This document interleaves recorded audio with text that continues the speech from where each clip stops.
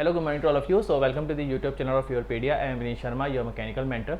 So today I am here to provide you the previous year paper solutions of the BEL Probationary Engineering exam here, which has been held in 2025. Okay, so as you know, the BEL has announcing a large amount of vacancies for the mechanical engineering as well as for the other branches also. In the first half of the 2025, the 130 vacancies for the mechanical engineering has been announced. Okay, and the exam was held in the June or July here, and then now the vacancy has been announced for 109 vacancies here. Okay, for the mechanical engineering only.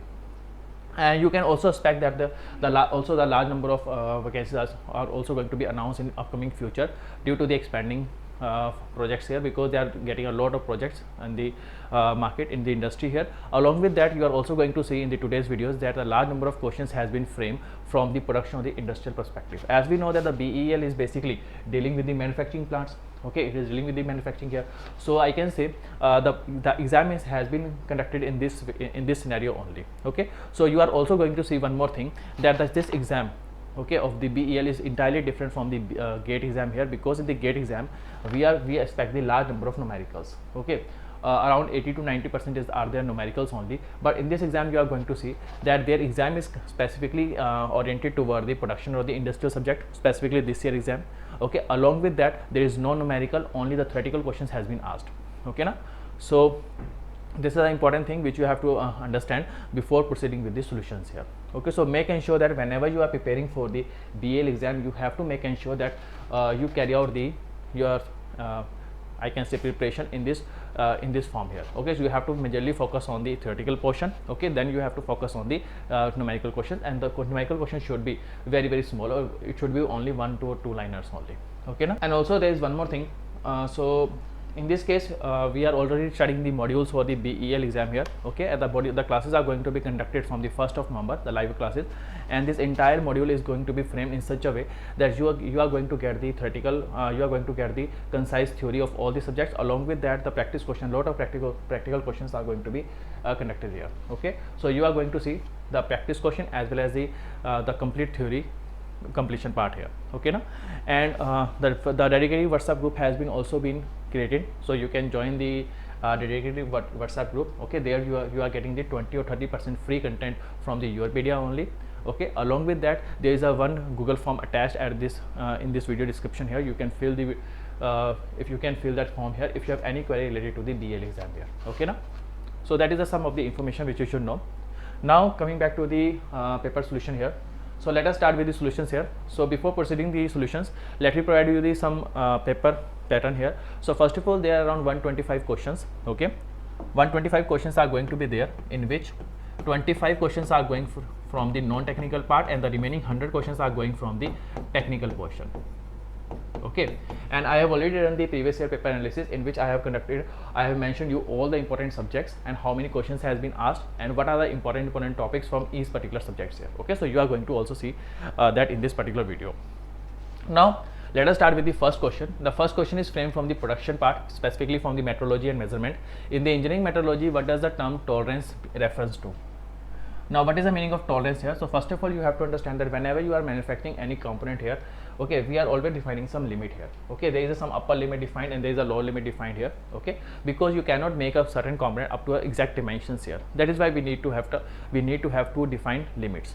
Okay now, so these two limits are basically the acceptable dimensions here. So I can say in this case tolerance. Now what is the meaning of tolerance in metrology? Tolerance is basically defining the differences between the maximum and the minimum permissible limits of any dimensions, okay, of a particular part. Either it is a case of a hole or either it is a case of a shaft here. So that's a very simple case, a simple definition based question is there. Okay, so option number A will be the correct answer in this case. Okay, that it is defined as the difference between the maximum and the minimum permissible limit of a dimensions. Now coming back to the next part, in the next question you can see which one of the following comparator is based on the principle of the optics using illumination, lens and mirrors to protect the magnified silhouette of the part onto a viewing screen here. So first of all, what is the meaning of comparator here? See, this question is again from the metrology part, and this type of question we don't cover up in the GATE exam. Okay, they don't ask you the question related to the comparators. Okay, they ask you simple that which type of instrument is used for the flatness measurement, roughness measurement, angular measurement. That's it. So basically in this case, what is the meaning of comparator here?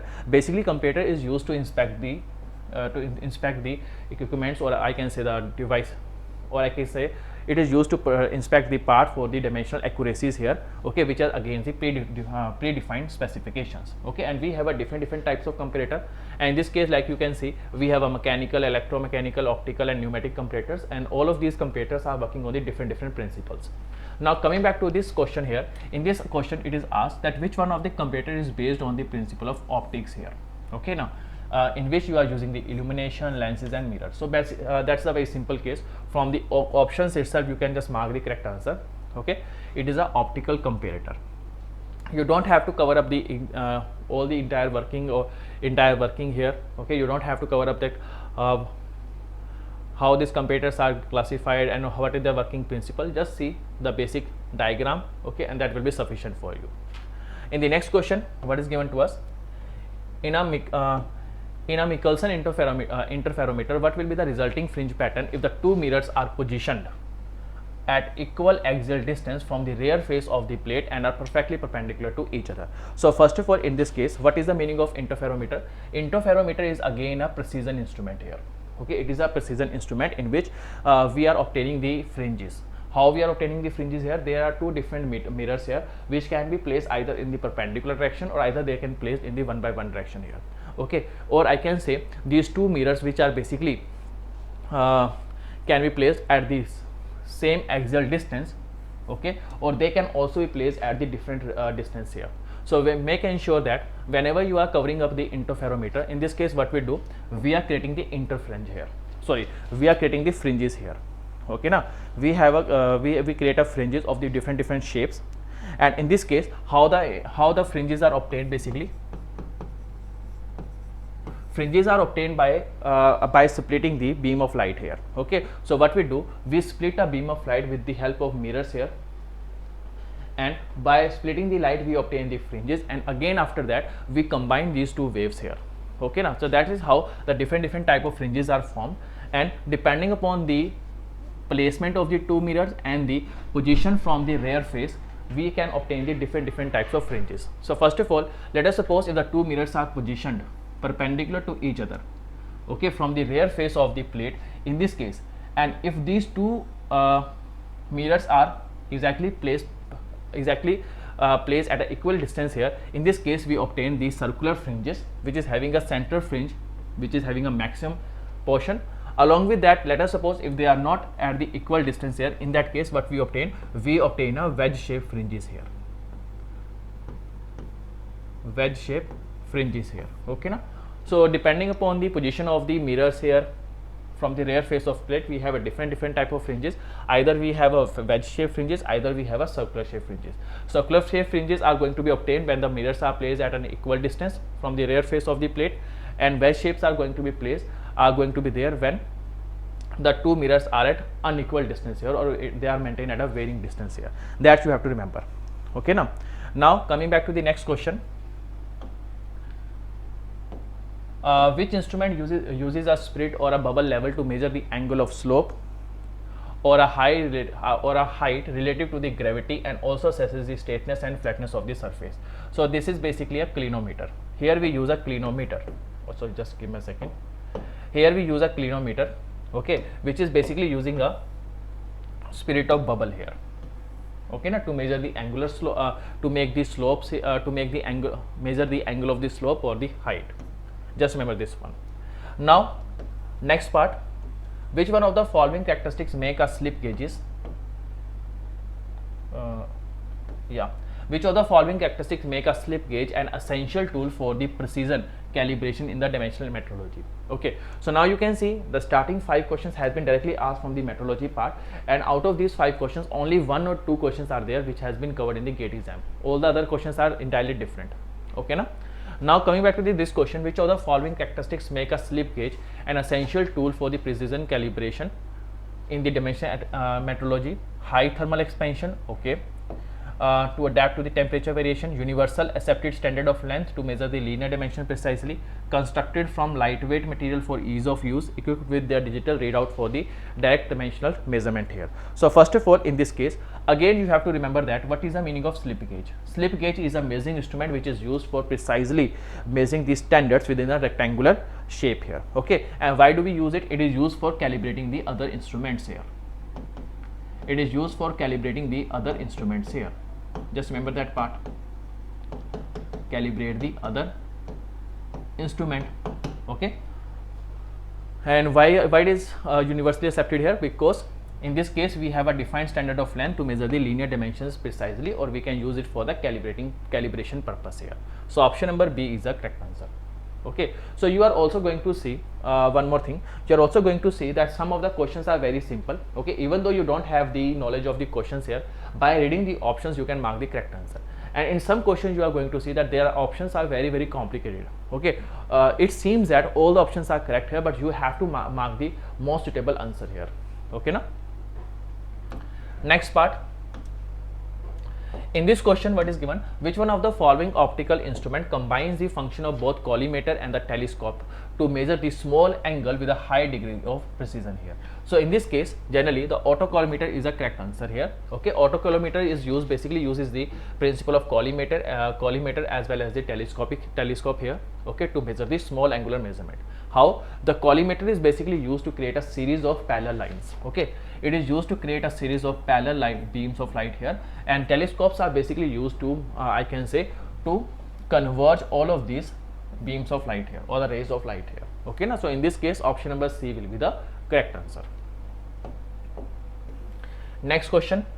What method is used for making a prediction based on the timestamp data, particularly when dealing with a large amount of data of the non-stationary data for the accurate forecasting here? Okay, so let us suppose if you are dealing with a large amount of non-stationary data or a historical data here, and you don't have a proper analysis here, you don't have a proper information here, there we use a time series analysis, and in the time series analysis also we are focusing on the regression analysis here. Okay, now so just make ensure that. So this question is basically related to the forecasting part. Okay, now there we have qualitative forecasting, quantitative forecasting here, and in this case the time series analysis is basically used where the historical data is not present. Okay, now and I can say it is used for this accurate measurement, and in the time series analysis also we have a different types of methods here, in which generally the regression analysis is the most suitable one. Okay, now next question. Which production forecasting model is most suitable when launching a new product in the absence of historical sale data? Okay, so this is again a same question. Okay, in this case option number A is the correct one only. Just right now I have told you that the time series analysis is generally used when there is a absence of the historical sales data here, so it doesn't require any explanation. Next part. Which of the following strategies in the aggregate production planning maintains a constant workforce while managing the demand fluctuations through the inventory and back order here? We have a chase strategy, demand management strategy, hybrid strategy, and level strategies here. First of all, just understand the aggregate production planning is a strategic process where what we do, we synchronize the everything here. Okay, the production, the workforce, and the inventory level. The production, workforce and inventory level, all of these things are synchronizing here. Okay, and in this case, this is a case of aggregate production planning, in which what we are doing, we are sequencing the production, workforce, and inventory level here. And in this case APP, we have a different type of strategies here, like we have a level strategies, level production strategies is there. Okay, we have a chase demand strategies, we have a chase demand strategy here.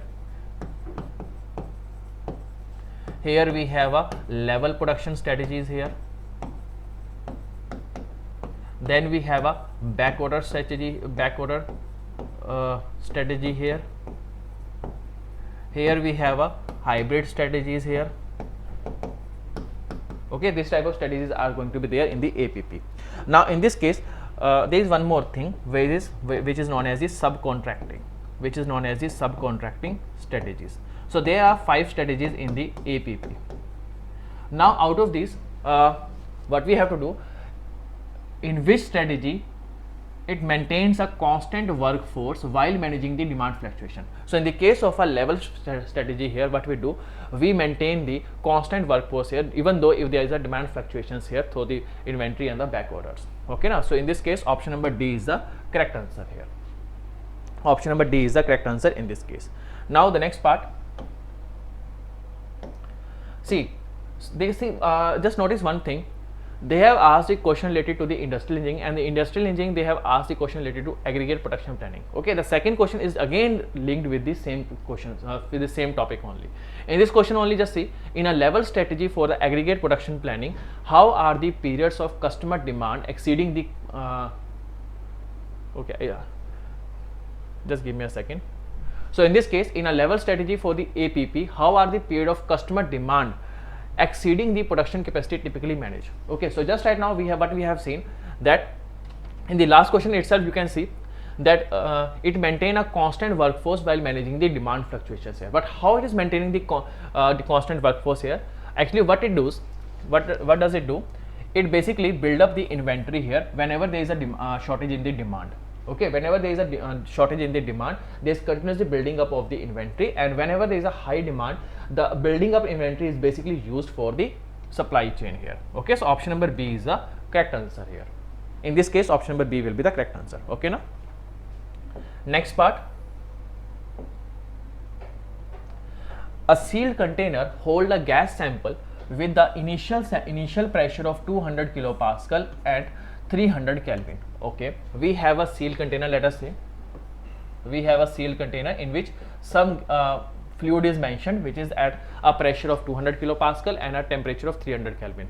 Now it is heated to 350 Kelvin, due to which the pressure has been raised. Now once it cooled, the pressure returns to 200 kilopascal. The change in pressure and temperature depend only on the current state of the gas here. It is not due to the heating or cooling. Now we have to mark the correct answer. First of all, it is not a numerical question, okay, and there is a lack of data here, but from the option itself you can just mark the correct answer. The first, what is the first option here? Pressure and temperature are path function and depend on how the container was heated and cooled. That is a wrong statement, because pressure and temperature are the point functions here. They are the exact differential here. Pressure and temperature are the extensive property. That is also a wrong one here, because it is a intensive property. Pressure inside the container cannot change unless the container volume changes. It is not a required condition here, because at a constant volume also there is a change in pressure or a change in temperature. Okay, now, so I can say option number D will be the correct answer, that the pressure and temperature are point function and depends only on the current state of the gas here, or I can say on the initial and the final values here, okay, for the process. So option number D will be the correct answer in this case. Now coming back to the next question, the first law of thermodynamics states that the energy transfer as heat and work affects a system internal energy. Okay, no issue. Now assuming a ball with air resistance, energy is transferred as heat from one system to another. Energy is transferred as heat from one system to another, okay, altering the kinetic energy and the velocity. What happens to the final velocity and the kinetic energy of the ball with air resistance? So that's a simple question. If the ball is dropped from a certain height, okay, now if the ball is dropped from a certain height, in that case it is possessing some potential energy here. But now as the ball is moving downward, in that case what is happening? The air is exerting a frictional force, a drag force over a ball here, due to which its velocity is going to be continuously decreased. And why it is happening here? Because the energy which is there inside the ball is getting dissipated in the form of heat. Okay, now, and due to the decrease in the velocity, what will happen? The kinetic energy will also decrease here. So I can say option number B will be the correct answer. That's a simple case. Now the next part, what is the main purpose of the boiler in a simple vapor cycle? Purpose of the boiler in a simple vapor cycle of a steam power plant. What is the main purpose? To produce the high pressure, high temperature steam is there. Okay, now to condense the steam we have a condenser. To cool the working fluid before reuse we have a regenerator. To directly generate electricity from a heat we have a turbine here. We have a generator here. Next part, which phase of In which phase of the diesel cycle do the high pressure and the steam, do the high pressure and the high temperature gases expand and perform the mechanical work? Okay. In the case of a diesel cycle, we have four processes. One is constant pressure heat addition, constant volume heat rejection, and two isentropic compression and expansion process here. Out of these four processes, only the isentropic expansion process is there, in which what is happening, the work is taking place. Okay, we are getting the mechanical work from the system here. So I can say the isentropic expansion is going to be the correct answer in this case. So that is again a very simple question. Next part, why was the Kaplan turbine chosen for a hydropower station with a high flow rate and a low water head, given its adjustable blade here? Why we are choosing that turbine here? First of all, whenever you are covering up the fluid machinery here, we have a different types of turbines. We have a Kaplan, Propeller, Francis and Pelton turbine. And out of these, if you just see, the Kaplan turbine is a turbine which is basically suitable for the low head here. Okay, whenever the head is whenever there is a presence of availability of a head up to 60 meter, from 5 meter to 60 meter, we prefer the Kaplan turbine there. Okay, now, so now its first option is, its adjustable blades maintain the efficiency at a variable flow rate. It operates efficiently at high head and low flow rate. That is a wrong one. It is not suitable for high head. It is suitable for the low head. It requires the less water flow as compared to the other turbine. That is also a wrong statement. Why? Because the Kaplan turbine is an axial flow turbine which require a very large amount of which is having a very large frontal area. Okay, and it requires a large amount of water here. So that is why its discharge capacity is very large. It's a horizontal shaft. It's better suited for the low water head condition. That is also a wrong one, because it is a vertical shaft here, not a horizontal shaft here. So I can say the option number A will be the correct answer. It adjusts blades maintain efficiency at a variable flow rates here. Next question, which component in the refrigeration cycle increases the pressure of a refrigerant gas here? Okay, again simple question. There are four components: condenser, compressor, evaporator and the throttle valve here, or I can say expansion valve is here. And only the compressor is there which is used to increase the pressure as well as the temperature. Okay, so you can skip that part. You can just mark the correct answer and skip the remaining options here. Why it is why we are using a harder and a stronger cutting tool used in the machining here? So first of all, to reduce the energy consumption. Okay, to reduce the energy consumption here. That is wrong. That is basically a wrong option here. That is basically a wrong option here. Okay, the using a harder and stronger cutting tool does not reduce the energy consumption, but it increases the energy consumption here. To increase the temperature of the workpiece, that is also not a correct answer here. Okay, to deform the workpiece more easily, the workpiece is not getting deformed here, it is getting sheared out here. To prevent the excessive wear of the tool. So I can say option number D is the most suitable one out of these four one here. Okay, now the option number B and C, it is not the correct answer. These are not the correct options here. Okay, these are the absurd statement. Why? Because it is not increasing the temperature of the workpiece here. Due to the stronger cutting tool, I can say harder cutting tool, the temperature is increasing. Okay, it is not for it is not generally used for this purpose here. Next question, which of the following machining process uses the multi-point rotating cutter to remove the material from a stationary workpiece? So that is a simple question here. Out of these four options, milling is generally used here. Okay, now in which what we are using, multi-point rotating cutter is generally used here. Okay, next, you may get confused with the grinding option also. Okay, but in the case of grinding operation, the workpiece is getting rotated also. Okay, so this can be eliminated. Next part, which part of a single point cutting tool is responsible for making sure there is a space for the tool to move without interference here? The first one is a nose, flank, rack angle or clearance angle here. So just see, this question is little bit it may confuse you some of the students here, because in these options we have a nose, flank, rack angle and clearance angle. So option number B and option number D, it may confuse you. Okay, so you have to make sure that we provide us specifically the clearance angle. What is the flank surface? We have two type of surfaces here. The first one is a rack surface and the second one is a flank surface. Flank surface in order to make ensure that the flank surface does not comes into contact with this workpiece here, what we do, we provide a clearance angle or a relief angle here. Okay now, so in this case option number D is the correct answer. So it is responsible for making sure that there is a space for the tool to move without interference here. Next part, which of the following is a key consideration when designing a jig or fixture for a machining operation? The clamping and locating points are adjustable and efficient. That is a correct statement. Minimize the use of handles to save spaces. It is not a key consideration here. Use one clamp to reduce the material cost. That is also not a consideration here. Use sharp edges on the fixture to improve cutting performance. That is not a related to this one here. So I can say option number 1 A is the most suitable options here out of these 4. Okay now. Oh sorry. Next question here. Yeah. So in this case you can see which type of gear has 2 set of gear teeth.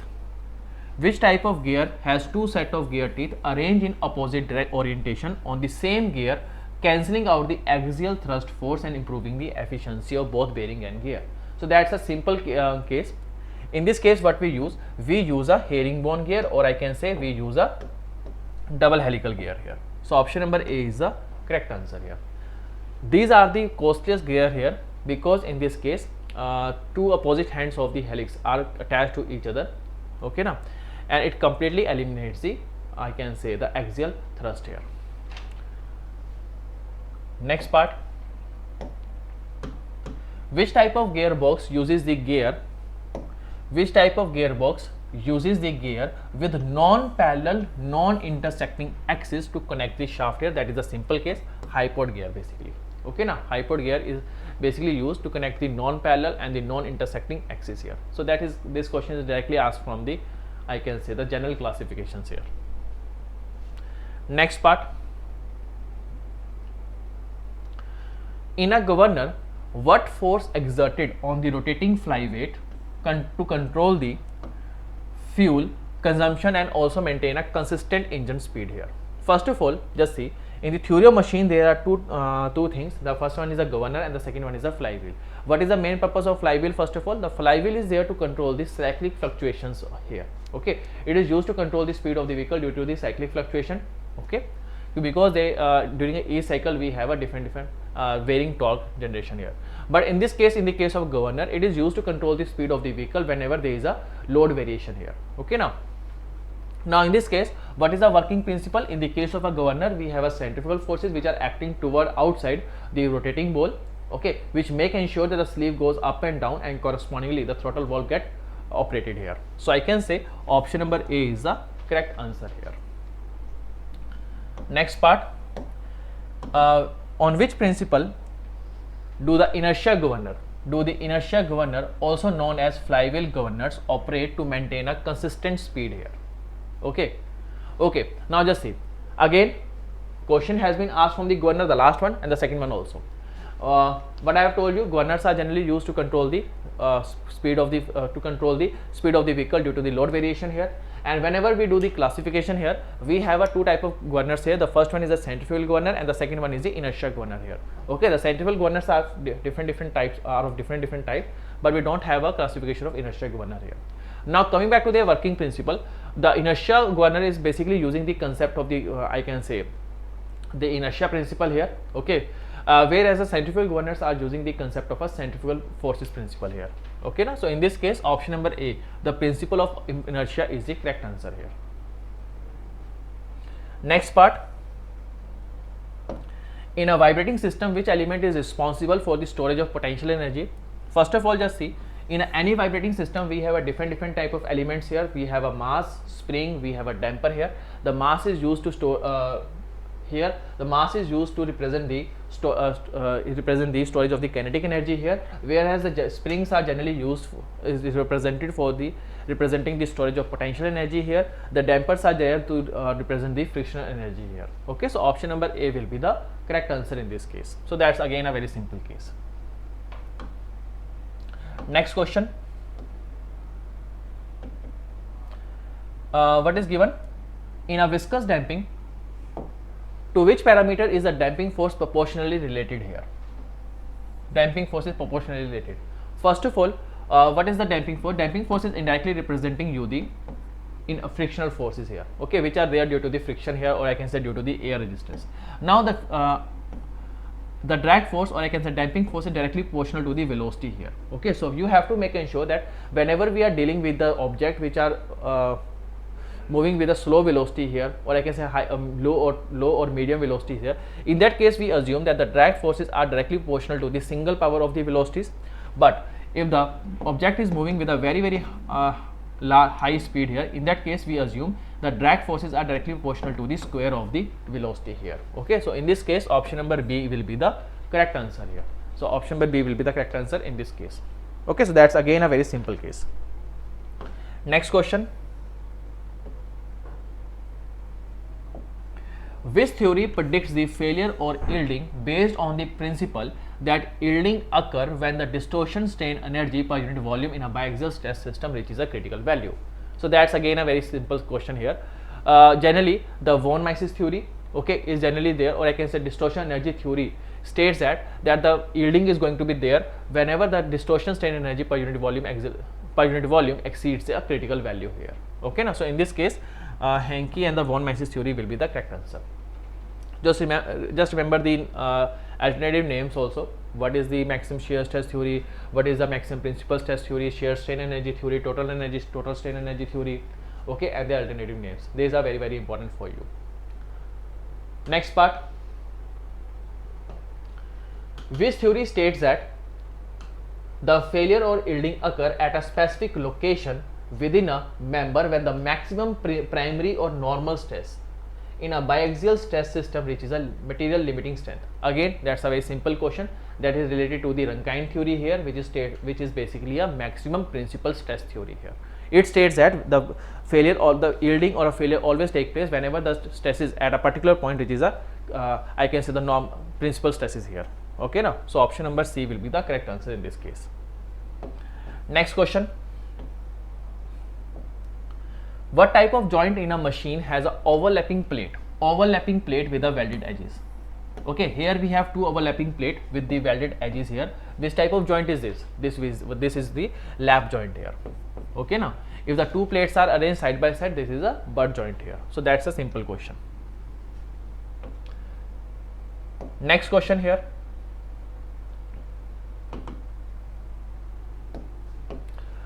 Which type of joint is depicted in the image given below? So this is a joint which is given to us, okay, and we have to mark the correct answer. Which type of joint is there? It is basically a T-shaped joint here, okay. This is known as the T joint. So you can see you don't have to say that thing here, but the question has been framed from the RS Khurmi here. So just making sure that you cover up the entire RS Khurmi, okay, for this particular exam here. Okay, this diagram is taken directly from that particular book only. So just making sure that whenever you are covering that book here, just read out this important note which are mentioned at the bottom of any page. Okay, that is a very important thing. Next part. For a butt joint, how is the minimum weld area defined? Product of the throat thickness and length of the weld, division of the throat thickness by length of the weld, addition of the throat thickness and length of the weld. So I don't have to explain anything here. Generally the minimum area is nothing but it is represented as the product of the throat thickness and the length of the weld here. Option number A is the correct answer. Okay, so that's a directly theoretical question here. Next, on which component in a braking system are the brake shoes and the wheel cylinders are mounted here? See, if we talk about the braking system here, in this case we have a backing plate, okay, which is known as the brake backing plate is there, okay, on which all the system has been mounted here. Okay, just remember that part. So in this case option number D is the correct answer. You have to make ensure you have to see the exact diagrams here, how the brake dissection is you have to see, okay, and all the important points you are going to see, that what are the different type of springs, where the backing plate is located, okay, where the wheel cylinders and all the other accessories are assembled on the brake assembly here. Okay, now next question. a bar under the axial loading is represented by a 1D finite element model. Okay, now this question has been framed from the finite element method here. What is the number of nodes in the model if the bar length is split into 3 equal distance here? So let us suppose this is a bar, simply bar is there. Okay, what we have to do, we have to split this bar into 3 equal parts, like this one here. Okay, now you can see where the nodes are going to be located. The nodes are going to be located at this particular point. This is the first node, this is the second node, this is the third node, and this is the fourth node. Okay, by dissecting the bar with the help of different loading, what we can do, we can split it into the number of parts here. So let us suppose, and also one more thing, you have to remember that if you are splitting the body into n equal element here, the number of node is always going to be equal to n plus 1 here. Just make ensure that. Okay, so in this case 4 nodes are going to be there. Okay, so option number A will be the correct answer here in this case.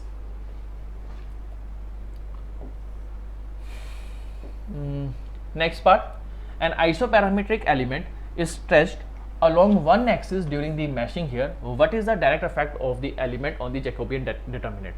First of all, just see, whenever you are doing the FEM analysis here, what we do, we create a number of nodes here, and these nodes are basically connected by different shape element here, and and the analysis is, or the simulation or the analysis is being done on that particular elements here. Okay, so there we define a I can say matrix here, which is known as the Jacobian matrix here. Okay, and what does it do? It generally represents you basically the direction. Basically, it is a scaling factor here. Okay, it is representing a scaling factor here. It is representing a scaling factor here in this case. Okay, and it is represent the ratio of the physical element volume to the reference volume here. So as you are stretching the element, how the corresponding isometric element is going to be changed, it is being represented by the Jacobian determinant. Okay, so let us suppose if the Jacobian determinant is increasing, so that means the element is getting increased here. If the element is decreasing, if the Jacobian determinant is decreasing here, so I can say the element is decreasing here. Okay, now first the Jacobian determinant value drops to -1, that is a wrong one here. Its value is negative, is not negative here. The Jacobian determinant does not change, that is also wrong one, because it is a scaling factor. So whenever you are applying some load, whether you are increasing the element size or decreasing the element size, there is always a change in the Jacobian determinant. The Jacobian determinant differ depending on the position of the element here. Jacobian determinant increases proportionally. So in this case, out of this, option number C is the most accurate one here. Even though Jacobian determinant increases, but it is not required, it is increasing proportionality, it may also decrease here. Okay, so option number C is the correct one here. Next part, what type of projection is needed when an assembler to a standard which type of projection view is needed by an assembler to understand the assembly process when the engineering diagram indicate assemble as per drawing D001. So in the engineering diagram, whenever it is mentioned that assemble as per drawing 001, it simply means that the assembler has to use the exploded view, okay, to understand the assembly process here. Next question. In an isometric drawing, at what angle should the lines be constructed from the defined points along the vertical lines? So that's a simple case. In this case, the lines has to be drawn at an inclination of 30 degree here, okay, along the horizontal lines and the vertical lines here. So option number A is the correct answer. So you can see these questions has been asked from the engineering drawing as well as the FEM here. Okay, now I have told you that some questions has been asked from the out of the syllabus topic, so you have to make ensure that you cover up these basic things also for the other subjects. A machine part is viewed from the 3 orthogonal perspective, front, top and side. A rectangle is seen in the side view, a rectangle is seen in the side view, circle on the top view. So here we have a cylinder, let us suppose. If you just see it from the top, you are going to see the cylinder, you are going to see the circle. If you are looking it from the front view, you are going to see it as a rectangle, and if you are looking it from a side, again you are going to get a rectangle here. So I can say what is the likely shape of this part? This is a cylinder only. Okay, so that's a very simple case. Why does one-dimensional FEA employ the weak version of the governing differential equation here? So just see, what do we do? We whenever we are doing the FEA, finite element analysis here, what we do, we create a differential equations here. Okay, and generally the differential equation which is created are the weak versions here. Why? Because it does not include the complicity which is there while solving the equations here, while solving the equations for the integrability and the continuous I can say integrability here. Okay, now so in this case defining the weak version basically helps you to solve the finite element methods here. Okay, or I can say it is helping to solve the weak version of the differential equations also. Okay, just remember that part. So generally it is relaxing the continuity and the differentiability conditions which has been there on the strong version of the governing differential equations here. So option number B is the correct answer. Next part, what strategies are essential for maintaining an effective industrial relation to promote the workplace harmony? So if you just want to increase the workplace harmony, what are the essential effective industrial relations here? First, enforcing the strict rule while avoiding the employee communication entirely. That is a wrong statement. You can just see the options here. From the option itself you are going to get the correct answer. Restricting the employer right by imposing the stringent workplace guidelines. That is also wrong one here. Reducing the wages and benefit to achieve financial stability. That is also a wrong way, okay, to promote the workplace harmony. Establishing the mutual trust and fostering the transparent communication process is a best way to promoting the workplace harmony here in any industries here. So option number B is the correct answer. Next part, which factor is the most critical in resolving the dispute within the industrial relationship framework here? Imposing strict policy to limit conflicts. Which factor is most critical in resolving disputes? We have to mark now. Imposing strict policy, that is a wrong one. Encouraging dialogue and negotiation between the stakeholder, that may be a correct way. Okay, it is basically a best method to resolve the disputes within the industrial relationship frameworks here. Increasing management authority over the employee, no, because if you are increasing the management authority, in that case what is going to happen, the rules are going to be imposed on the system here. Reducing employee right and responsibility, that is also a wrong way. So option number B is going to be the correct answer here.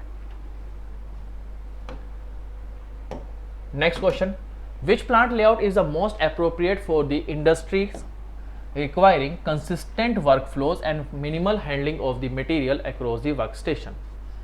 Which plant layout is most appropriate for industries requiring consistent workflow? Okay, so in this case we have to make ensure that industry should require consistent workflow also, and there is a minimum handling of material across the workstation here. So if you want to have a minimal handling of material, that is it is better if you just choose the product layout here, because in the case of product layout all the I can say machines or a device are going to be there on the product itself. Okay, so I can say in this case process layout group similar operation, no. By promoting the process layout, the handling of the material will become little bit difficult here. Fixed position layout accommodates large products that remain stationary. Yeah, that may be a correct answer, but that is also not a good way for the consistent workflow here. Okay, now product layout organize the machines in sequence for smooth production flow. Yeah, in this case option number C will be the most accurate one here. Okay, now process layout is having a benefit of consistent workflow. Okay, fixed position layout is basically helping you for the minimal handling of material, but it is not requiring a consistent workflows here. So I can say the option number C is the most suitable one. Next, what is the primary goal for effective material handling in a manufacturing plant? What is the primary goal? Extending the product manufacturing time, that is a wrong one. Increasing the inventory level, that is not an accurate one. Minimizing cost and improving the operational efficiency, that may be the correct answer. Maximizing the number of manual tasks, that is also a wrong one here. Okay, so option number C will be the correct answer here. Next question, In manufacturing, which approach focus on identifying defects after production? After production we are talking about, while ensuring standard adherence at the assembly level. So we have to make ensure that the approach is focusing on the identifying the defect, but after the production line here. Total quality management focus entirely on the production level defect identification. That is a correct one, but it is not a correct answer of this question, because it is also focusing before the production line also. Quality assurance uses the preventive measure to stop the defects before the production begin. Again, that is a wrong one. Quality control verify the product quality during the financial inspection stages. That is a correct one here, because this quality control is basically done after the production line during the final inspection stage. So that is the most suitable one here. Next part, which quality control technique, also known as cause and effect diagram, is most effective for analyzing the factor contributing to the defect in a process? So cause and effect diagram is also known as the Ishikawa diagram. This that is also known as the fission-bond diagram here. Okay, in this case, do you you know the final cause? Okay, you know the final effect here, and you just dissected all the causes which can lead to that particular reason here. Okay, now so we have to make ensure that we mark all the reasons that why we are getting a problem, like in this way. So this is also known as the Ishikawa diagram, fission bond diagram here. Okay, and cause and effect diagram here. Next, which inventory management technique focus on the minimizing the waste by receiving the materials only as needed in the production? So that is a very simple case. Just in time is a method, okay, in which we are minimizing the waste. How? By ordering the inventory, by getting the inventory only when it is required. Okay, otherwise we are not getting the inventory here. So option number A will be the correct answer. Next part, in material management, which analysis technique categorize the inventory based on the annual consumption value to prioritize the management effort here? So in this case, what is happening here? Okay, so in this case what we do, we are using the ABC analysis here. In the case of ABC analysis here, the inventories are divided into the A, B and C category depending upon its annual consumption value and its importance here. Okay, so A is getting those elements here which is having a very high value here. Okay, and so on. So option number B is getting a correct answer in this case. Next question. A satellite in space absorbs heat from the sun and release it into the surrounding vacuum. Which heat transfer mode is responsible for this process? So if the heat is transferring without any medium here, so that means it is basically a radiation mode of heat transfer. So option number A is the correct answer here in this case. Okay, so that is a very simple question from the heat transfer. Next, while analyzing the heat transfer in a fluid, which non-dimensionless number should be determined to calculate the ratio of the convective to the conductive heat transfer? There we use a Nusselt number basically generally. Okay, because it is a dimensionless number which is used to compare the convection heat transfer with the conduction heat transfer, and its value is always going to be more than 1 here. So option number D will be the correct answer in this case, the Nusselt number. Next,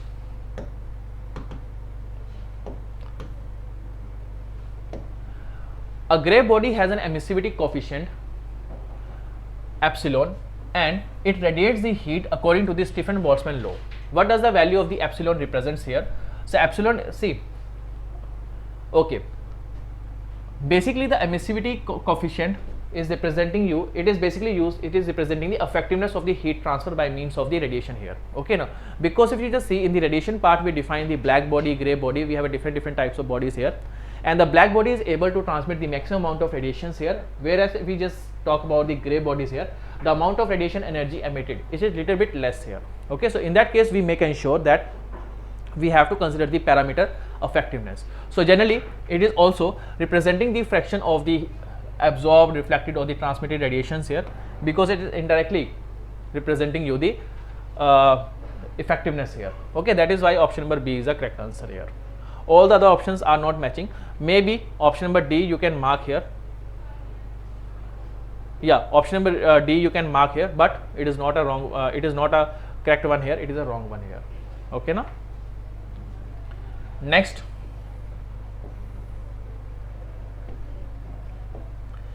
what properties distinguish the thermal radiation from other type of electromagnetic radiations here? So generally it is here we have a temperature dependence here. When we talk about the radiations here, specifically the thermal radiations are getting categorized on the basis of the temperature of the body. Higher the temperature of the body here, larger the amount of the radiations are going to be emitted, larger the amount of thermal radiations are going to be emitted here. Okay now. So generally the temperature dependence of the thermal radiations is the key property which is basically differentiated it with the other forms of electromagnetic radiations here. So option number D will be the correct answer in this case. Okay, so that's a very simple case, and it is consisting of a smooth patterns also. Next part, which one of the following is an example of a convective heat transfer? Heating of a metal rod, sunlight warming the earth, boiling water, heat dissipated here. So boiling water, in the case of boiling water we are going to see the application of the convective heat transfer here. Okay, so option number B is the correct answer. When a flow has large Reynolds number, what does it indicates about the flow regime? So that's a very simple case. When the value of Reynolds number is very less, we have a laminar flow. When the value is very large, we have a turbulent flow here. So option number D is the correct answer here. Okay now. Next part, an object positioned at xy is scaled using the scaling factor Sx and Sy.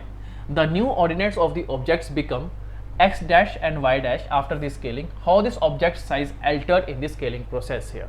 So in this case, whenever you are multiplying it with the scaling factor here, what happens here? Either the element is going to be increased or its size is going to be reduced here. And how you get the dimensions of the get the coordinates of the final coordinates here? Just by multiplying it with the scaling factor here. So I can say by adding, by multiplying, by computing modulus here. So in this case, option number B will be the correct answer. Okay now. So option number B will be the correct answer in this case. Next part,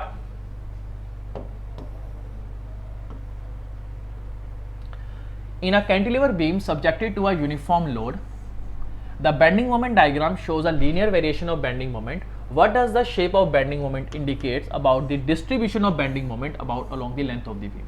In this case, we have a cantilever beam which is subjected to a uniform load, and we have to comment on the shape of the bending moment diagram. So first of all, you have to understand that whenever we are talking about the cantilever beam, the bending moment is always going to be maximum at the free end, and it is always going to be zero at the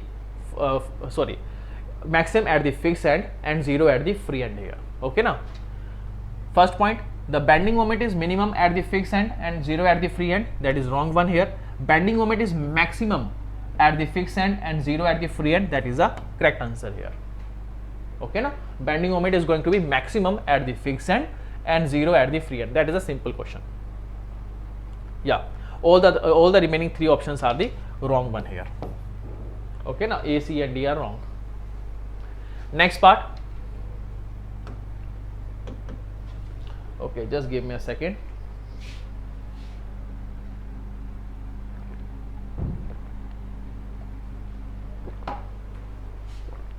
Okay, so in this case, what is our question here? What type of production? In this case, what type of production planning involves the setting output level, scheduling, production and coordinating the resources across department here? First of all, can I say that it is again a case of a aggregate production planning? Okay, what I have told you that aggregate production planning is basically representing you the, or I can say it is symbolically representing the syncing, proper syncing of the setting output levels here. Okay, setting the output goals here, as well as scheduling the productions here. Along with that, it is also coordinating all the resources which are flowing all across the departments here. I can say it is maintaining the inventory levels also. And we have a different type of strategies also. We have seen the 5 strategies here. Okay. So in this case, I can say the aggregate production planning is the correct answer here. So option number B. All the industrial questions, majority of the industrial questions has been framed from this particular part only, aggregate production planning here. So make sure that you cover this portion here. Okay now. And we also have to see the master production planning, material requirement planning, as well as the capacity planning here. Okay, all of these things are the important. Now if you just see what is the meaning of master production planning here. Master production planning is a detailed week by week plan here that specify the quantity of the end product which we are going to get. Okay, aggregate production planning we have seen, it is basically setting the output level here, scheduling the production here, and coordinating the inventory level inside the industries here. Okay, na? And I can say material requirement planning, it is basically a process, it is a system for calculating the material and the component needed to manufacture a particular products here. Okay, now so that is important for you. Next part, oh sorry, yeah, so in this case you can see which type of jig is used for drilling the radial hole on the cylindrical or the spherical workpiece here. First of all, the jigs are used to locate the workpiece here over the machine, over the table here. Okay, now in this case, for creating the for drilling the radial hole, specifically for drilling the radial holes on the cylinder, we have a diameter jig here. Okay, these are used as a clamping device to create a radial holes on the cylindrical workpieces here. Next part, what is the primary objective that a project manager want by using the PERT to ensure that the project is completed on the schedule? See, whenever a project manager is want to do the study of the project here, there are two type of analysis it may use. It may either use a PERT or I can say the CPM here. Okay, depending upon the type of the project here. So let us suppose if you are dealing with the new products here, you have to use the PERT here, and whenever you are just dealing with a project which has been already covered by some other companies or some other industries here, there we use a CPM here. Okay, now so in the case of PERT, we are generally dealing with a new product. We don't know the exact time, that how much time it is going to take to finish the product here, to finish the task here. So there the project manager is basically using the PERT to make ensure to focusing on the time estimation and the scheduling here. Okay, now that's it. So option number A is the most accurate one here. Next part, in the boundary representation, how is a solid model represented here? Boundary representation is basically a way of representing the solid bodies, and in this case what we do, a solid model is represented by all the solid surfaces here, and all the solid surfaces are marked by the different faces here, edges here, or I can say the vertices here. So option number D will be the correct answer here in this case. Next, at what material property point does a solid material undergoes the transformation into a liquid state here? So that's a very simple case. It is a melting point. Okay, melting point is a point where a solid material get converted into the liquid state here. In which type of heat treatment process metal is heated to a temperature below its critical point, followed by cooling it at a controlled rate to reduce the brittleness and maintaining the hardness here? So generally it is a tamping process, because in all the other heat treatment processes here, the material is heated up to a higher temperature here, above its critical point, above its lower critical temperature here, or I can say above higher critical temperature here. Only the tamping process is there, in which the material is heated below its critical point and followed by the constant cooling here. Okay, the tamping process is a correct answer here. Next, in the iron carbon diagram, what is the name of the eutectoid mixture formed when the austenite decomposes during the cooling process here? So here you can see the eutectoid reaction is taking place at a 727 degrees Celsius here, where the austenite, okay, gamma phase of the iron is getting decomposed into the perlite here, okay, which is basically a summation of ferrite and the cementite here. So I can say in this case the the gamma is basically disintegrated into the ferrite plus cementite here, okay, and this mixture is known as the ferrite plus cementite is known as the perlite here. So option number A will be the correct answer in this case. Next, in an interferometer, which phenomena is primarily used to measure the very small linear displacement with a high precision here? So in this case, what you are using the interference. In the second question I have told you what we do, we are just creating the interference pattern here by splitting the waves here after splitting the waves, again we are focusing, we are just merging these two type of waves here to create the fringes. Okay, and it is basically working on the principle of the interference here. Okay, so option number C will be the correct answer. Next part, brass is an alloy of, that's a very simple case. Brass is an alloy of a copper and zinc here. So option number A will be the correct answer here in this case. Next part, which NDT techniques plays a crucial role in detecting hidden defect in aircraft engines and structure by using high frequency sound waves? So only non-destructive testing which uses the high frequency sound wave is the ultrasonic testing here. So option number C will be the correct answer here in this case. Next, in a linear programming problem, what is the primary role of the linear objective functions in achieving the optimization goal? What is the primary role of the linear objective function in achieving the optimization goal? The linear objective function is to be maximized for optimization. Okay, so basically it is asking you that why we are defining the that main conditions here. Okay, why we are defining the objective functions here. So this generally it is used to define, it is defined to make ensure that you know that whether we have to maximize the function or the minimize the function here. So that's a very simple case. Option number A will be the correct answer here. Okay na? Next part, which type of pattern contain removable section or pieces that are inserted into the main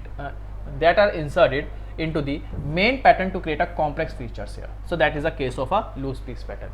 In the case of a loose piece pattern, what we do, we just we can remove the small amount of additional patterns or a small amount of sections or pieces here from the main patterns here. Okay, now to create a complicated cavities here. So option number A will be the correct answer. Next, what type of shrinkage occurs when a liquid alloy contract as it cool but remain in its liquid state? That means now in this case the metal is not changing its phase. Okay, metal is not changing its phase, but its temperature is reducing. So if you just see in casting, we have a different type of shrinkage here: solid shrinkage, solidification shrinkage, and liquid shrinkage. In the case of a solid shrinkage, what is happening? The phase is solid and the temperature is reducing and the contraction is taking place. In the case of solidification shrinkage here, conversion is taking place from solid to from liquid to solid here. Okay now, and correspondingly the contraction is taking place. In the case of liquid shrinkage, what is here? The temperature is reducing, along with that the shrinkage is taking place. So I can say in this case the option number A will be the correct answer. Liquid shrinkage is going to be there, phase is not going to be phase is not getting changed here. Okay, so option number A will be the correct answer. Next part, which type of cast iron is formed when the carbon in the molten cast iron becomes iron carbide with carbon and silicon content kept relatively small? Okay, so whenever the carbon is added in the in the pure iron, the molten cast iron is formed, and when this iron is formed, when the carbon present inside the iron, it is in the form of iron carbide here, then we have a white cast iron here. Okay, so option number C will be the correct answer. Next part, what cold working technique is best suited for bending a long strip of iron metal into a roll shape here? Okay, so that's a very simple case. Bending technique is going to be used here out of these four options. Option number B will be the correct answer. Next part, in a milling method, which mechanical force can be applied to two material, particularly to create a rubbing action that turns them into the powder here? So basically, in the case of a milling, whenever a tool is making a contact with the workpiece here, due to the rubbing action of the tool and the workpiece here, what is happening? The material is removing here. Okay, and that particular force which is being applied by the milling cutter to the tool here is known as the attrition force here. So option number C will be the correct answer here in this case. Next question, in the deep drawing process for producing a cylindrical shape from the sheet metal, which parameter plays a crucial role in the bending and unbending forces on the material, thereby creating restrictive forces during the shaping process here?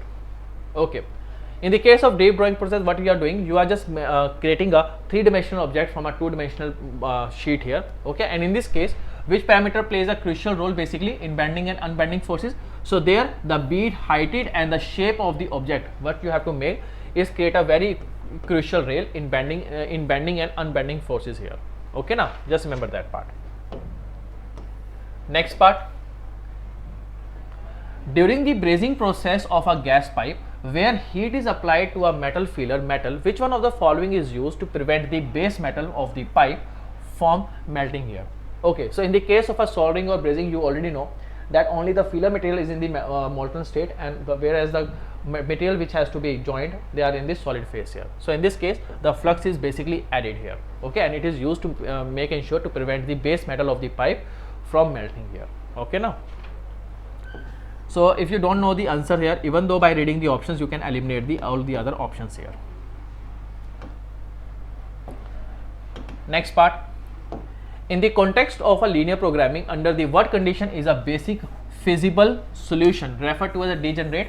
So you already know that whenever the basic variable, first of all we define a basic variables in the LPP problem, and whenever the basic variables become negative here, okay, or I can say at least one of the basic variable become equal to 0, at that point of time we say that we have a degenerative solution here. Okay, so in this case, when the value of at least one basic variable becomes 0, we can say it is a the solution has been become degenerated here. Okay, so option number C will be the correct answer in this case.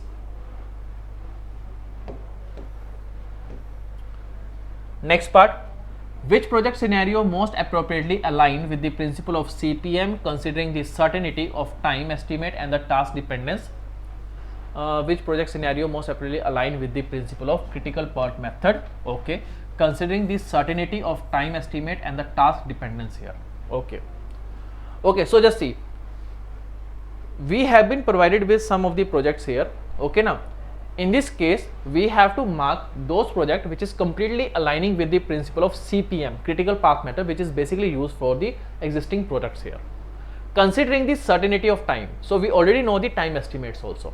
Okay, developing a new product with frequent changes. Okay, yeah, so if you are developing a new product with frequent changes, in that case you don't have a certainty of time also, because you have to carry out some new processes here.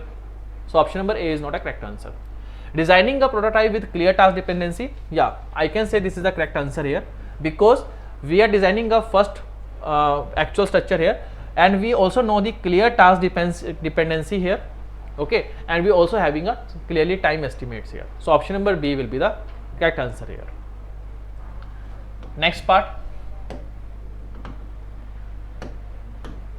which kind of activity in the project management part can be used to determine and uphold the appropriate precedence relationship between the tasks that are not related by the events? Concurrent activities. Okay, which kind of activity now can be used to determine and uphold the appropriate precedence relationship between the task? So if they are not related by the event here, we use the dummy activity, okay, to mark the correct relationship here. So option number C is the correct answer here. Which one of the following is a characteristic feature of the cold working process? Working temperature is more and hence refined more metal grain structure is obtained. That is a wrong one. Okay, working temperature is well below the crystallization temperature here. Impact values are increased. Yeah, it is going to be increased, but it is not a characteristic feature here. Hardening of a final product is completely eliminated due to recovery and recrystallization. That is wrong. Recovery and the recrystallization is not going to be taken there, because there is a concept of stain hardening in the case of cold working. The final product have a smoother surface and better strength and hardness.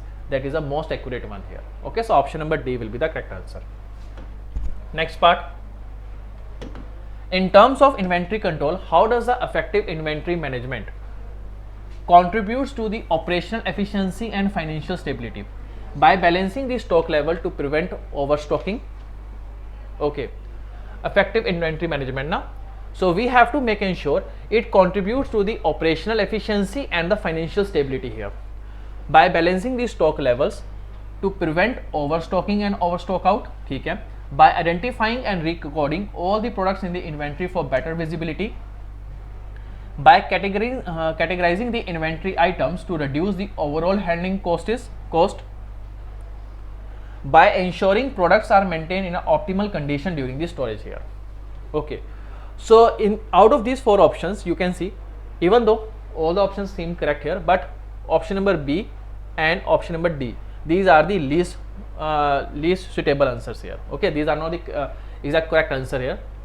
So by balancing the stock level to prevent overstocking or stock out, by categorizing the inventory item to reduce overall handling cost. First of all, effective inventory management make ensure that there is not a deficit of the inventory in these industries, okay, during the peak demands here. So I can say option number A is the most suitable one here. It is preventing the overstocking, or it is also preventing the stock outs here. Okay, now next part, in an inventory management, which supply chain factor is essential for determining the safety stock level, accounting for the variation in the lead time and the delivery reliability here. So in this case, if you just see, supply chain continuity, ensuring an uninterrupted flow of good, just give me a second, and inventory management with supply chain factor is essential for determining the safety stock level by accounting for variation in lead time. Okay, so basically we have to mark that which supply chain factor is essential for determining the safety stock level, okay, where we have a variation in the lead time and the delivery reliability here. Supply chain continuity ensuring an uninterrupted flow of good, no, it is not ensuring that, because if there is a variation in the lead time, it is not able to solve the problem here. Supply chain reliability, addressing lead time, consistency and delivery accuracy, yeah, it may help you for solving the any problem which is there due to the variation in the lead time and the delivery reliability here. So option number B is the most accurate one here. Supply chain responsiveness, focusing on the speed of adapting, no, that is not a correct answer here, because it is not accounting the variation in the lead times here. Okay, even though it is adapting to the demand changes, but it is not ensuring that the safety stock levels has been maintained. Supply chain prediction, analyzing future trends, no, that is also a wrong one. Option number B is the most accurate one here. Next part, in laminar flow through a pipe, the velocity distribution is typically parabolically. Which two factors are primarily responsible for shaping this velocity profile and determining the flow characteristics here?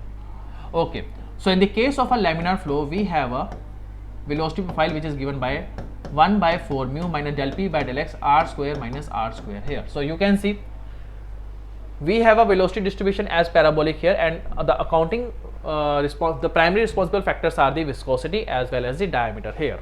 So I can say option number C will be the correct answer here.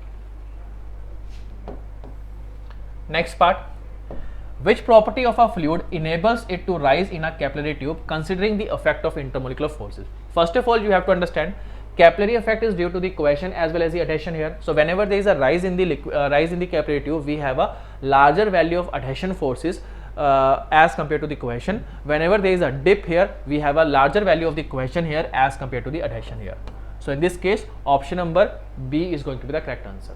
Due to the adhesion, we have a rise in capillary tube. Next, a U2 manometer uses the water which is having a density of 1000 and oil which is having a density of 800. If the height difference between the two columns is 0.2 meter, calculate the pressure difference here. We have to mark the pressure difference here. So pressure difference can be simply written as density and oil. If you have given na, height is same, density and oil, the densities are different. So I can say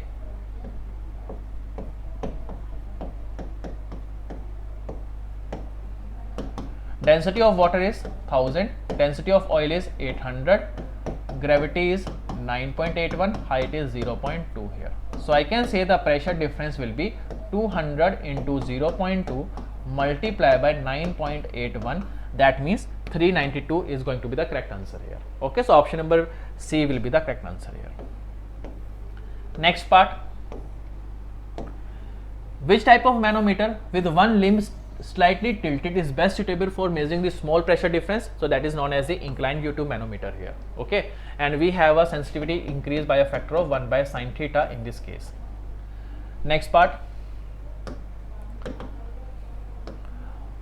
why does the velocity of the fluid within the boundary layer start from 0 at the surface and gradually increases to the free stream velocity due to the viscous effect? So due to the effect of turbulence, that is a wrong one here. Because of the no slip condition imposed by the surface, that is a correct here. What is no slip condition? No slip condition is a condition due to which what is happening, the fluid is getting is attaining a properties of the surface itself. So if the surface is at the rest condition, the fluid is getting a rest at the stagnant, the fluid layer is going to get stagnant at this solid surface here. Okay now, so that is why we have a change in velocity along the with the increase in the vertical direction to the surface here. Okay, so option number B will be the correct answer. Next, how is the unit Newton per meter square written in the dimension form? Newton per meter square. We know that 1 Newton is equal to 1 kilogram meter per second square divided by meter square. So I can write kilogram per meter per second square. So you can write ml minus 1 t minus 2 here. So option number A will be the correct answer in this case. Next, what role does the air vessel play in a reciprocating pump concerning the energy conservation? So first of all, you have to understand, in the case of a reciprocating pump, it is a positive displacement pump here, which is decreasing the volume to increase the pressure here. In the case of a reciprocating pump, we have a fluctuating demand, we have a fluctuating supply of the water into the delivery tank here. Okay, now it is not having a continuous flow of the water into the delivery tank here. So in order to make ensure, or in order to get the continuous discharge from the delivery pipe, what we do, we use a air vessel here. It helps to reduce us the work input into the work input here. Okay, now in the case of a single acting, it is reducing the work input by around 85%. In the case of a double acting pump, it is reducing the work input by 39.2% here. So in this case, option number C will be the correct answer here. Okay, now it to obtain the fluid at a uniform discharge rate. A traffic light is hanging from a horizontal pole that is supported by 2 cables attached to a vertical pole here. The weight of the traffic light and the poles act downward. Given that the system is in equilibrium, which forces should be included in the free body diagram? So here we have a 2 pole like this one. Here we have a light here. Okay. Now in this case, if you are creating the free body diagram here, first of all you have to understand that the force which is acting downward, the gravity force we have to represent here. The tension forces which are going to be acted there, you have to show. Okay, only the tension forces? No, you have to mention the gravitational forces as well as the tension forces here. Okay, now so in this case, option number B will be the correct answer here. So that's a very simple case. Next question, a box is dragged across the loosely packed snow with a force applied to the right. So here we are applying the force toward the right here. Okay, causing the box to accelerate in that direction, considering that air resistance is negligible. So we are not considering the air resistance here. Okay, which forces should be included in the free body diagram? First of all, the box, the gravitational force we have to show. The normal reaction which is acting over the box we have to show. Okay, and if the frictional forces is there, because it is dragged over a loosely packed snow, so we can make ensure the frictional forces are also acting here. So these 4 forces we have to consider into our free body diagram. So I can say option number A is wrong, option number B, C and wrong, option number D, option number D is wrong here. Option number D is the correct answer here. Okay, normal force, applied force, frictional force and the gravitational force we have marked in this case here. Okay, now so you can see option number D, this is the correct answer here. Next part, in a truss structure, if 2 collinear members, 2 non-collinear member meets at an unloaded point, what can be said about this member here? So here we have 2 collinear members here which are meeting at an unloaded point. So this is A point is a unloaded point here, unloaded joint here. What can be said about this member? One member carries the entire load, one is zero force member, other is non-zero force member, both are zero force member. Both are non-zero force member. First of all, if there is no force applied at the joint here, so I can directly say in these two type of truss, truss here, there is no force acting here. So I can say these two members are the zero force member here. So option number C will be the correct answer in this case. Okay, so that's again a very simple case.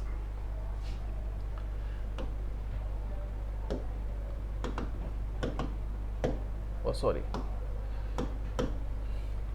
Okay, next question here. In this case, which type of truss is depicted in the figure, given figure below? So in this case, this is the shape of a Warren truss here. This is known as the Warren truss here. So just remember the shape here. Okay, now, and also see the shape of the remaining trusses also. Next part. A manufacturing company wants to optimize the production task here and resources allocating by automating the creation of detailed processes workflow from the design specification here. Which system should they adopt to achieve this? Just see. If a manufacturing company wants to optimize the production task here by automating here, that means we have to use the computers here. Okay, now, so you can use computer aided process planning system here. Okay, you can use a computer aided process planning system, which is basically controlling each and everything in the production in the manufacturing companies here. Okay, so option number B will be the correct answer.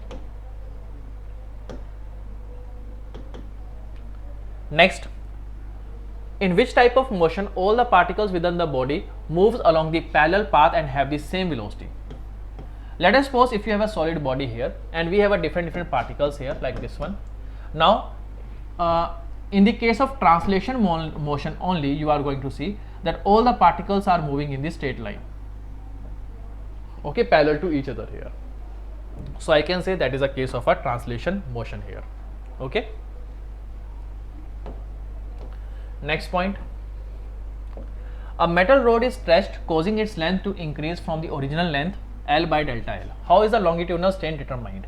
So length has been increased from L to delta L. So I can say the longitudinal strain will be the change in length to the original length here. So option number A will be the correct answer. That's a very simple case. Next question. How can Mohr circle be represented for analyzing the stress state at a point on a steel plate subjected to tensile stress?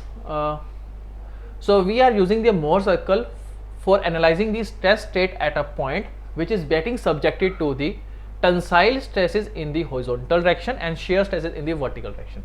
That simply means we are studying the case, this one case here. Okay, we are studying this case here.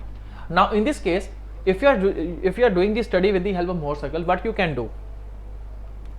You can find out the relationship between the tension and shear stresses. We are not getting the relationship between the tension and shear stresses here. We are getting the relationship between the normal stresses and the shear stresses here. Tension is a force. Relationship between the normal and compression stresses, yeah, that is also a wrong one. The normal stresses and the shear stresses here. Okay, so option number C is the most accurate one here. You can see option number A, B and D has some mistakes here. So option number C will be the accurate answer here. Okay, now next part. In a sagging bending moment, what happens when the external load causes the beam to bend in a concave shape here? So what is sagging bending? Sagging bending is a case of this one here. What you are doing? You are applying the moment in this way, due to which what is happening, the top fibers are getting contracted and the bottom fibers are getting stretched here. So I can say option number A will be the correct answer here. And if you just see the hogging is the opposite one here. Okay, now in this case what is happening, the top fibers are getting stretched and the bottom fibers are getting contracted here. So option number A will be the correct answer.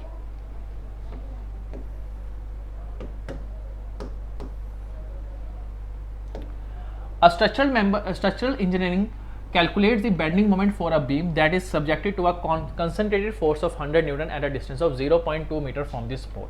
So force is acting of 100 Newton at a distance of 0.2 meter here. What will be the bending moment? Bending moment is generally a couple here, so it is basically a product of force into radius. So you can see 100 into 0.2. That means 20 Newton. 20 Newton meter is a bending moment here. So option number B will be the correct answer in this case.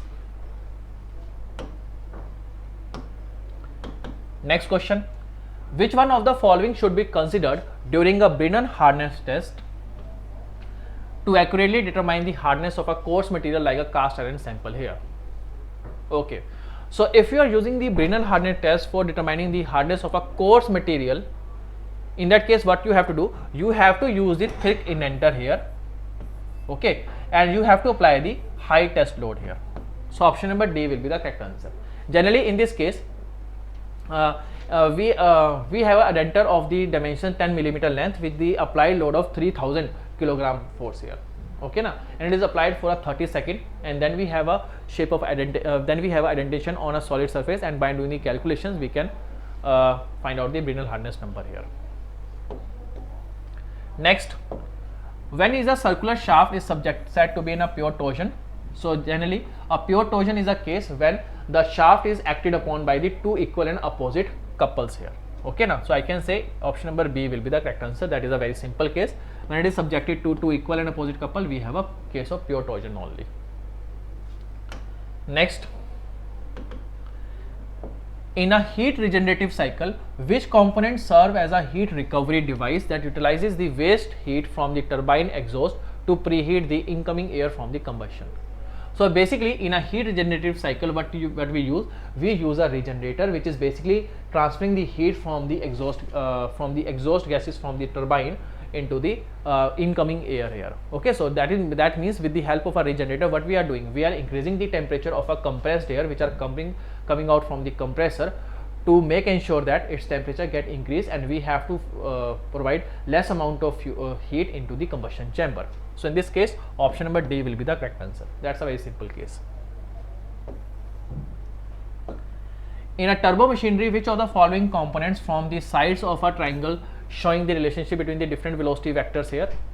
So it is basically asking you that how the velocity diagram is being created, what are the important components here, okay now. So basically the sides which are representing of the triangles are the tangential velocity, absolute velocity, or the relative velocities here, okay now. You don't have to consider the angles here.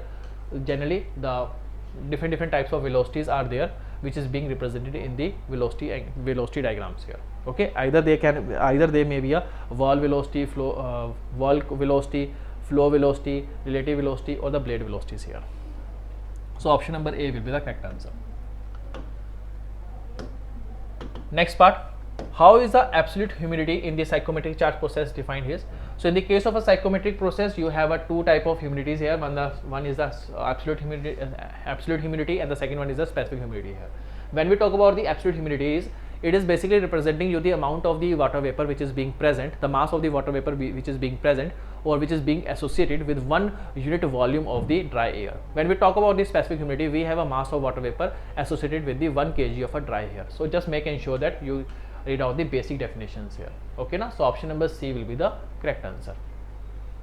All the options are very simple, okay, even though you can simply eliminate the options here. So these are the questions here, okay, of the BEL exam which has been conducted recently, some few months back here. So you can see large number of questions has been there from the production part. The large number of questions are there from the industrial part. Specifically the industrial is comprising a very large proportion here, okay. So just make ensure that you focus on that particular subject. You cannot skip that subject here. It is going to be a very important subject for you, okay. And also just get the basic understanding of all the other topics like FEM and engineering drawing also, okay now, or some related to the designing softwares here like SolidWorks, CATIA, okay. If you have a basic understanding, that will be good for you, okay now. So that's it for today's videos here. So thank you very much.